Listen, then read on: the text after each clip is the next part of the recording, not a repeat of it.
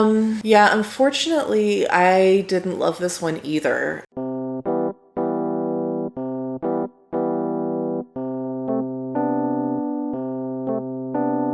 Hello everyone, and welcome back to my channel, Just Another Struggling Writer, the Beleaguered Authors one-stop shop for commiseration and hopefully inspiration. My name is Carrie Scher, and I am just another struggling writer. Today I am doing my February reading wrap-up, and I regret to inform you that my reading stats are not as impressive as they were in January. In fact, while in January I hit double digits with 10, I only got half that in February with 5. It was a rough month for me, to be sure, but with everything that I had going on, with having debilitating migraines for almost 2 weeks straight and my daughter getting sick and some upheaval going on at my day job, I'm proud of myself for getting as much reading done as I did. In fact, looking at my stats, it's more impressive than I imagined. So as I mentioned, I read a total of 5 books. Of those books, 4 were ebooks and 1 was a physical copy. And here's where it gets interesting. Those 5 books equaled out to 2,160 pages. That's only about 1,000 pages less than I read in January, despite reading twice more books. So while I read fewer books, the ones that I did pick up were a little bit chunkier. Of those 5 books, 4 were fantasy, my favorite genre, and 1 was sci-fi. And my average broke down to 3.2.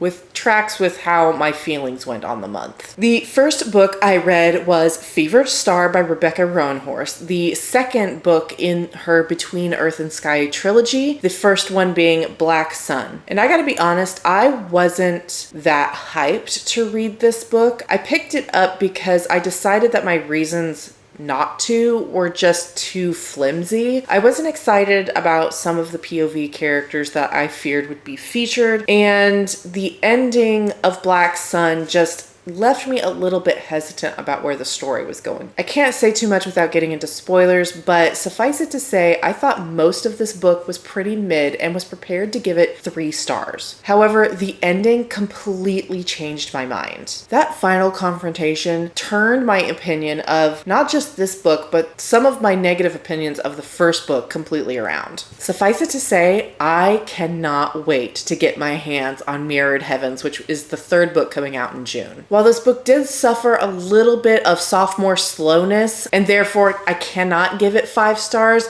the ending definitely made it a 4-star read for me. The second book I read in February was Leviathan Wakes by James S.A. Corey. This is the first novel in the Expanse series, which is like something like 9 books long now, and is a very popular science fiction book that has since been adapted into an Amazon Prime show, I believe. I was originally interested in this series because I had heard it compared to one of my favorite video game series of all time, Mass Effect, in the way that it deals with some alien horror as well as just sort of the hard science and realism. I was a little bit disappointed that there wasn't the eldritch evil of the Mass Effect series that I was kind of hoping for, but the science and the realism did intrigue me. I'm gonna go more into my feelings later this month in a full review, but I think this book's and probably ultimately the series' biggest weakness is the characters. This particular book was told from the point of view from 2 different men who I could not give less of a fuck about. The supporting cast was not that memorable either. That being said, the plot had me going, kept me going, will continue to drag me forward into the next book, which I have already checked out from the library. If you've managed to miss this series, the basic premise is that humans have gone on to colonize Mars and certain asteroids in the asteroid belt in our solar system, and there is some tension between Earth, Mars, and what is known as the Belt. The humans who live in the Belt are treated kind of as second-class citizens. They don't have a real military and are allocated less resources than they actually need, and are just kind of treated as rustic bumpkins who can't govern themselves. That tension boils over when a mysterious attack blows up a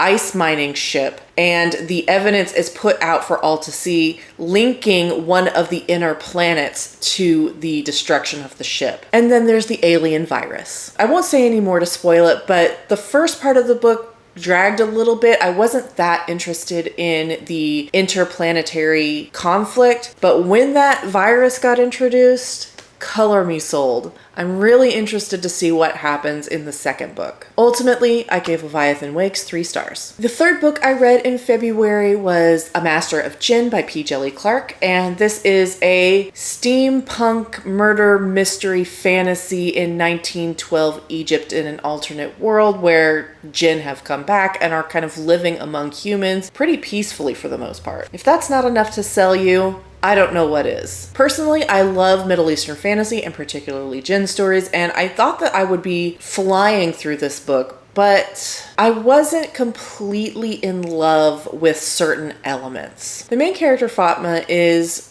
known in this universe as being one of the first female detectives at this bureau that specifically deals with magical creatures and magical objects. And this is, of course, at a time where women are still people who aren't taken seriously and who don't belong in the workforce. She also has a sapphic relationship, which is enjoyable. And who doesn't love a murder mystery with Djinn in the desert? That being said, I didn't love how far the author pushed the quirkiness of Fatma onto us. It just became a little bit cartoonish to me. And the fact that it is pretty glaringly a novel based on a previously existing work, I think a short story. There was a lot of references there that kind of drew me out. It's certainly not necessary to read the short story first, but the constant references just felt a little bit reliant, if that makes sense. It just felt a little bit too heavy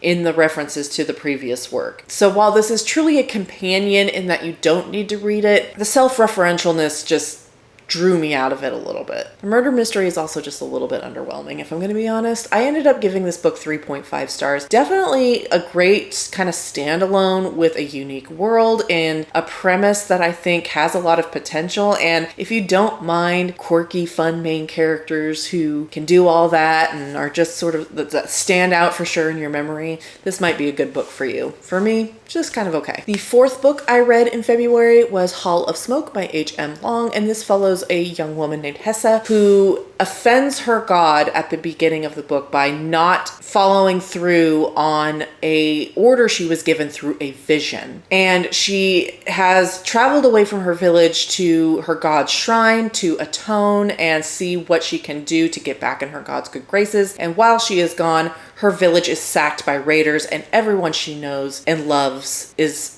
brutally murdered. However, her god has not let her off the hook for this task that she has been given. And so despite her grief and despite the changing landscape of what she has known to be her people's territory, she goes on this quest to kill the man her god desires her to kill. And along the way, she learns more about her god than she ever knew before and more about the man she is supposed to kill and why.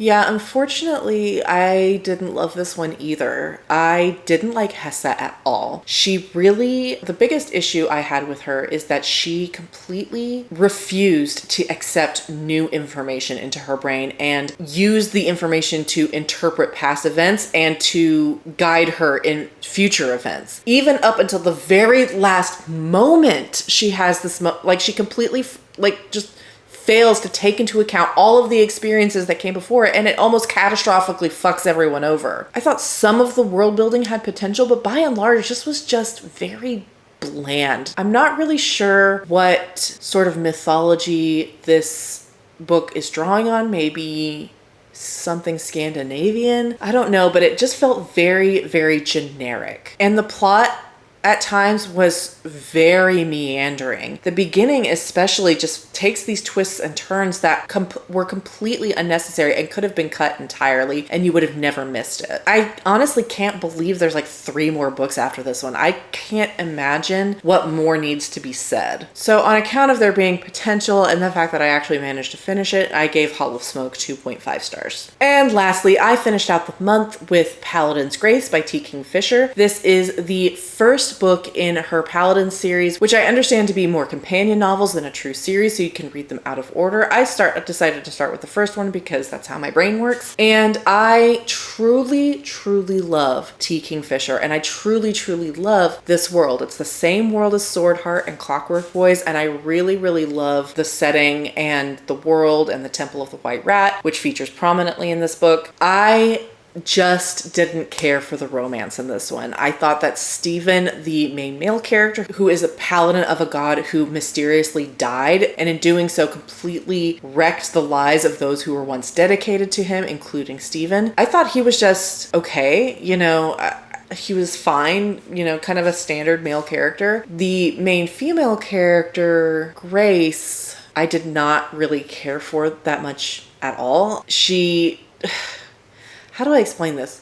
She was very wishy-washy. She ran very hot and cold and offered no explanation when saying one or two things about why she felt the way she does out loud would have gone a long way to kind of clearing up some of the tension between her and Stephen. And also, I found the navel gazing between the two of them. Oh, I'm not good enough. Oh, I'm just a mousy little lady. And oh, I'm just a guy with a dead guy. That got extremely tedious towards the end. And as the miscommunication between them, not really miscommunication, just complete lack of communication. They don't talk to fucking each other. They don't. It's awful. I just found all that to be just a little too much. I really enjoyed that kind of part of things in Sword Heart, where I feel like it made a little bit more sense and it was a little bit toned back. In this, T. Kingfisher really leaned heavy on the, oh, I'm not conventionally attractive, and oh, I'm not someone who would normally be in a relationship, and oh, but I find her so attractive, and oh, he really makes me feel all the things. And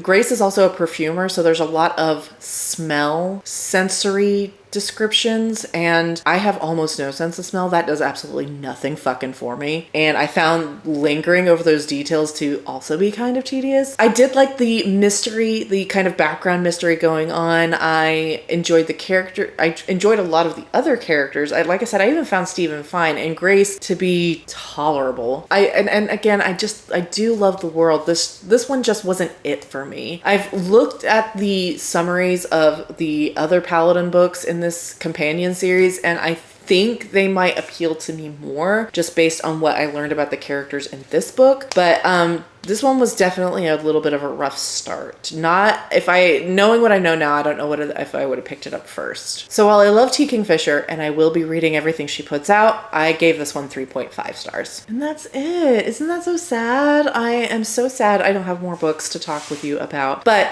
the good news is I am looking forward to getting way more reading done in March. I am recovered from my spell of migraines for the most part. And while I do have some more obligations this month than I did in January, I still think that getting double digits is well within my grasp. I've already picked out the 10 books I'm going to read in March. And while it does feel really ambitious because some of them are really long, the first one I'm reading is 750 pages. What the fuck? I do believe it's doable, and I do have absolute confidence that I can reach that mountaintop again. And that is it for me today. Thank you so much for watching. If you like my content and want to support my channel, please consider liking and subscribing. It is so appreciated. I am still just a baby channel, and every single view and every single new follower is seen and appreciated. Again, thank you so much for watching, and I will see you in the next video. Bye.